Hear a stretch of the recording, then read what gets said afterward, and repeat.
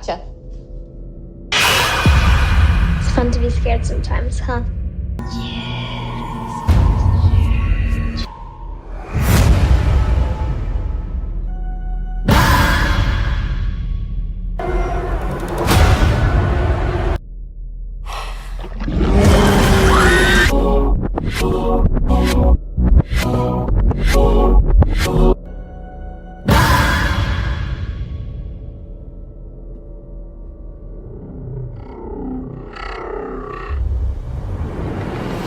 The movie begins with a lovable mother named Liza returning home from work.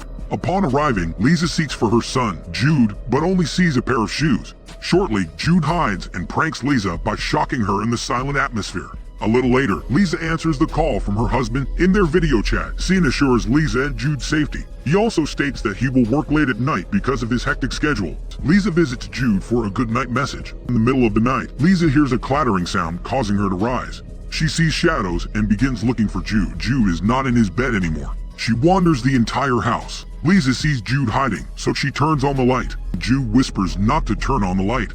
Unfortunately, Liza switches it on, only to get attacked by burglars. Liza manages to knock down one of the burglars. The other one smashes Liza's head, causing her to be unconscious. Jude helplessly witnesses Liza unconscious on the floor. With all the tragic past, dramatic changes occur in their present lives after 5 months.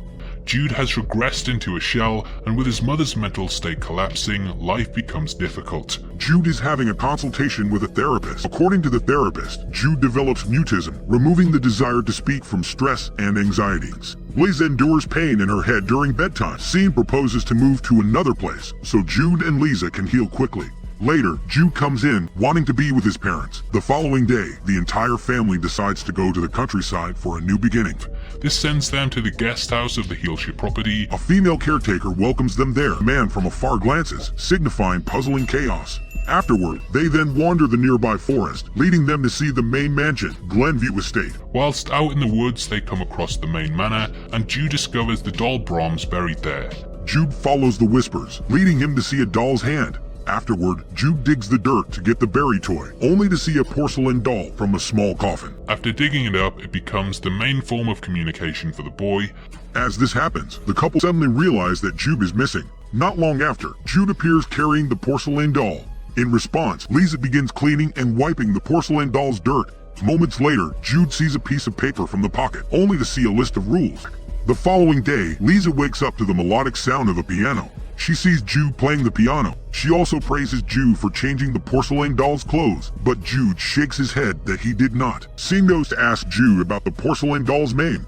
In response, Jude indicates the phrase Brahms. As they walk the solemn woods, Jude hears the whispers again. He follows the voices, leading them to find the coffin where they found Brahms. Shortly, a neighbor and his dog arrive, distracting them. Liza apologizes that they are new to the place, while neighbor introduces his aggressive dog. Afterward, neighbor accompanies Liza and Jude to their home from the woods. Walking away, neighbor glances at Brahms, as if danger is slowly approaching.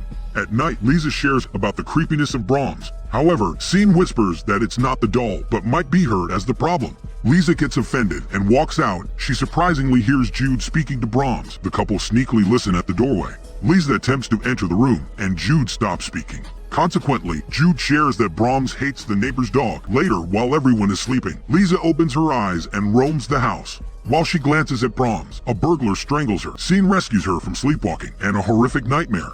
She then approaches Jude crying at the corner. When Liza calls him, Jude faces her with a porcelain mask. However, Liza wakes up again, realizing it was all a dream. She visits Jude's room and sees Brahms still there. She goes back to sleep as Sin comforts her. One sunny day, the entire family has breakfast. At their table, Liza recognizes Jude's notebook with several rules, including the last rule, always and forever. A little later, Liza checks Jude's room to get the laundry. She sees the teddy bear, destroyed and ripped, leading her to approach Jude. The couple then talk to Jude about the destroyed stuffed toy. Jude shakes his head to deny that he did not destroy it. Liza assumes Jude is lying, so she punishes him by sending him to the room and leaving Brahms at the sala. Liza recognizes Brahms turning his head toward her.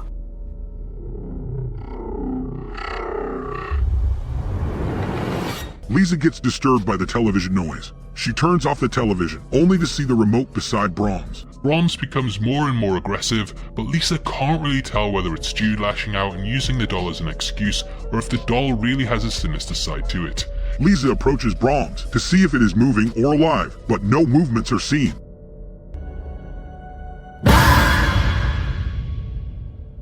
She goes back to reading until she hears footsteps from the living room, warns Jude to open the door. Upon entering the locked door, she shockingly sees Brahms sitting, implying a mysterious horror. During the night, Lisa begins overthinking by sharing her weird experiences with her husband. One day, the couple consult their therapist about Jude. The therapist emphasizes that a doll serves as a friend and will help Jude recover from the trauma. In the afternoon, Lisa starts searching on the internet about the creepy Brahms and discovers the backstory from the first movie. From the house's groundskeeper Joseph, they learn that the Brahms from the first movie killed a little girl and that he lived in the walls of his house. Neighbor suddenly appears and greets Jude in the backyard. Jude shares the doll's name as Brahms, but Neighbor seems unsurprised after hearing the word Brahms.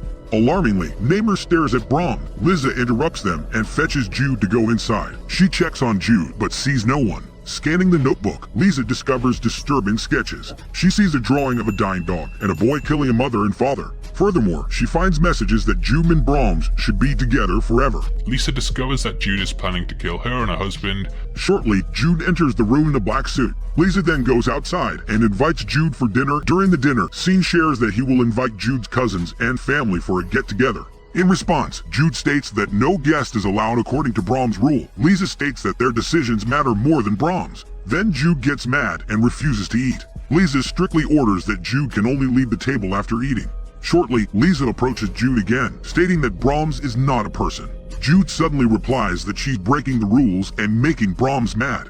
As a result, Lisa punishes Jude by ordering him to stay in place all night. Lisa hears a broken and banging sound, only to see the table wholly ruined. Jude worriedly denies it and writes in his notebook that the reason is Brahms' anger. Confused, Lisa approaches her husband, sharing the violent drawings in the notebook, such as a dog being killed and parents getting murdered. However, Scene does not find anything and doubts Lisa's sentiments. Neighbor roams the entire woods and sees his dog brutally dead. One morning, Lisa and Scene visit Jude's room, only to see a note: "You shouldn't have followed the rules." Rattled, they check every corner.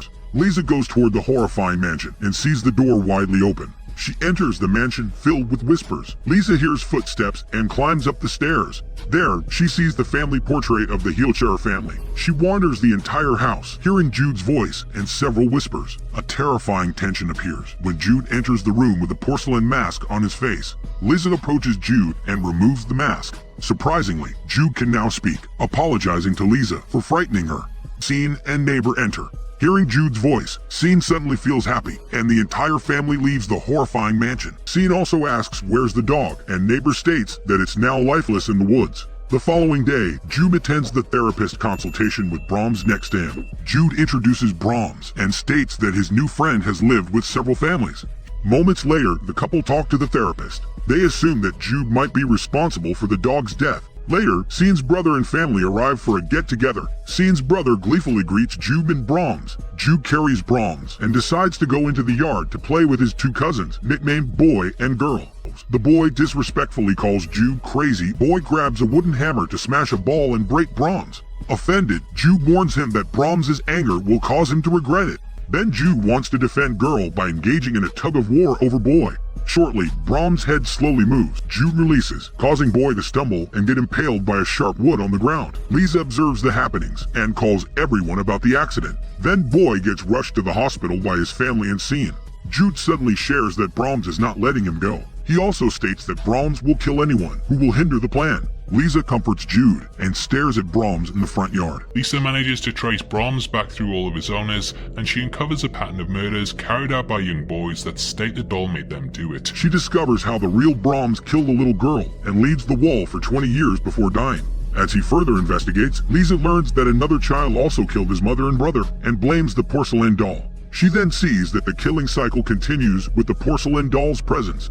Meanwhile, Scene meets a stranger in the convenience store, and the stranger asks about his address. When Scene states Glenview Estate, the strangers alarmingly tell a story about the scary place. The stranger shares that several tragedies transpired in the past, wherein a porcelain doll speaks to children, causing them to be violent. Without delay, Scene rushes to his home, securing his family's safety. Lisa calls for Jude but sees no one. A terrifying misery emerges when neighbor points the gun at Liza. Joseph goes to the house one night after things have escalated and ties Lisa up. He reveals that Brahms made him put him back together and leave him there for the family. He's been helping the doll and is regarded as crazy by the locals. Jude was an easy target because of the trauma that he faced, and he pays lip service to the sacrifice that Brahms will make him carry out to align his soul with him. Lisa manages to get away from Joseph and she goes to the main house and discovers Jude there wearing a Brahms mask and apparently about to carry out a ritual. Lisa lies and promises Jude that they will all go home and take Brahms with them as a member of their family. Shortly, Scene arrives and smashes Brahms into pieces. Thus, Jude regains his consciousness from the illusionary episodes. Neighbor comes and becomes worried. He warns that it will never be over and Brahms will also punish him. Afterward, Brahms stands out of nowhere, revealing a more demonic form behind the porcelain mask. He then looks at Neighbor and lifts him in the air. A blast from the fireplace dives that pushes them and kills Neighbor. Meanwhile, Jude carries Brahms. The couple then see Jude holding Brahms near the fireplace. Later, Jude throws Brahms in the middle of the fire, with the entire family going back to their home. As they all sleep, Jude wakes up and reveals a porcelain mask in his closet. He begins wearing it and says, "Brahms will be happy here." It is then revealed that the curse of the porcelain doll resumes, residing now in Jude's body for a new misery. However, we learn that the ritual was in fact successful and that Brahms' spirit has entered Jude.